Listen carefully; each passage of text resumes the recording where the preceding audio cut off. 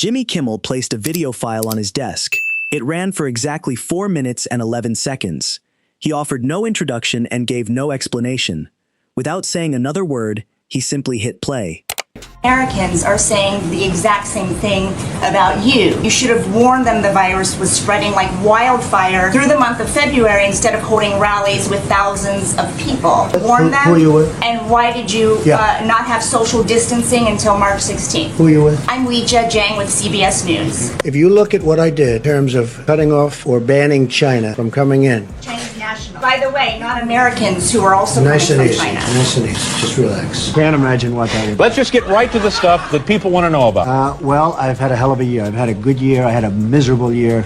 This year has been, as you know, sort of from reading the New York press, a good year for me. And the politicians killed the real estate industry. See, I don't know what that means when you say the politicians killed the real estate industry. Well, in What does that 1986, they passed a tax change, which really, you look at what happened with Olympia in New York and Reichman and everybody else, and it's big trouble. I was never near broke. I was having a good time, and it was a good year to get a divorce. I unloaded the wife. Our president will start a war with Iran. He has absolutely no ability to negotiate. He's weak and he's ineffective. The only way he figures that he's going to get reelected, as sure as you're sitting there, is to start a war with Iran. I'm more militant and more militaristic than the president. I believe in strength, but to start a war in order to get elected, believe that's going to happen. Trump's voice.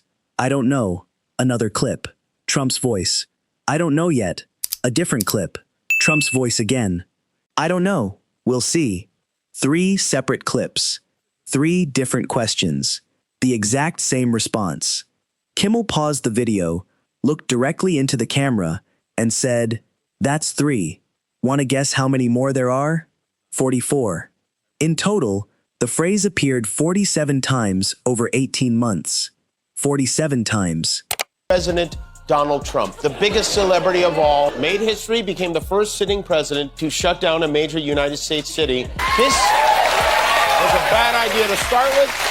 It went about as badly as it could possibly go for Trump. Fans had to wait in line for hours to get past all the security the president required to attend the game, but once he did finally show up... If you voted for him, you can get to the back of the line. You can see the fans here.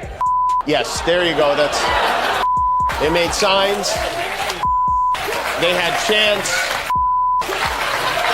They even say what you will about Donald Trump, he has been great for the poster board industry. Of course, the question on everyone's mind was, would the president get booed in the Garden? They were smart. They tried something clever. They showed him on the Jumbotron during the national anthem when it's frowned upon, and that strategy did not work at all.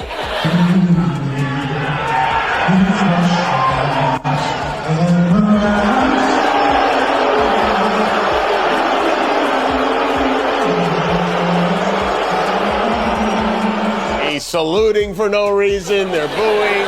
See, in his brain, he's on stage at a Springsteen concert and they think he's Bruce. They're saying Bruce.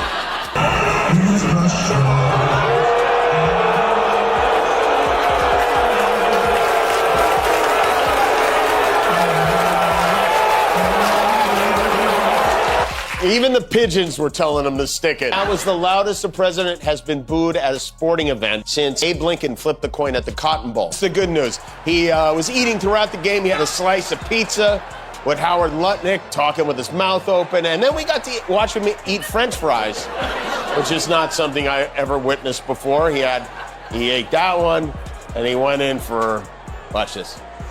I don't know why I'm interested in this, but I am. Another one.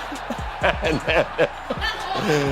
he's like, oh yeah, okay, the game's on. And then with his big, beautiful belly full of cheese and potatoes, it was nap time. You can see, there's Doses Malone. We even brought our superstar today, Caroline. Isn't she great? Is Caroline great? You know, when she goes on television, Fox, they dominate when she gets up there with that beautiful face and those lips that don't stop, up, like a little machine gun. What's your question? When will you meet with Machado this week? Looking for something to grab here, and I don't seem to be in a very... I think you did this to me. You put me in a position where there's absolutely nothing to grab. Mr. President. So I'm looking for something to grab, and it's not going to be Caroline. Ivanka Trump. We want to know little bit more about you guys. So we play this game here. It's called Faith. Blanca, you answer first, and then Dad, you answer also. What's the favorite thing you have in common with your father? Real estate or golf? Donald, with your daughter? Well, I was going to say sex. Donald Trump, serving as the President of the United States during his second term, a man who has spent decades insisting he knows more than anyone else on virtually every subject, answered reporters with the same 3 words, "I don't know." These weren't trick questions or obscure policy details. They were straightforward questions about matters a president would generally be expected to understand. Kimmel resisted adding jokes or commentary between the clips. Instead, he let each one speak for itself. They played in chronological order, while a counter remained visible on the screen. Trump's face appeared. Trump's voice repeated the same response again and again. Clip 7. Reporter, Mr. President, do you support the bill your own party just passed? Trump, I don't know. I haven't looked at it yet. Clip 12. Reporter, what's your plan for lowering prescription drug costs? Trump, I don't know. We're looking at a lot of things. Clip 19. Reporter, did you discuss Ukraine aid during your call with President Zelensky? Trump, I don't know. We talked about many things. At first, the audience laughed. Around clip 15, the laughter became noticeably uneasy. By clip 25, the room had fallen silent. This no longer felt like a collection of awkward moments. It had become a recognizable pattern, and that pattern pointed to an uncomfortable conclusion. The president repeatedly said he didn't know. Clip 31. Reporter, what's your administration's position on the new healthcare proposal? Trump, I don't know what our position is yet. Clip 38. Reporter, have you read the intelligence briefing on Iran? Trump, I don't know. I get a lot of briefings. Clip 43. Reporter, do you know how many nuclear warheads the United States currently has? Trump, I don't know the exact number. The focus wasn't simply on nuclear weapons. It was the broader impression created by the repeated responses. The president saying he didn't know the answer to questions many viewers believed fell within the responsibilities of the office. Kimmel stopped the compilation after clip 45. This time, he didn't follow it with a punchline. Instead, he asked a simple question. If the president doesn't know, then who does? He then highlighted another pattern.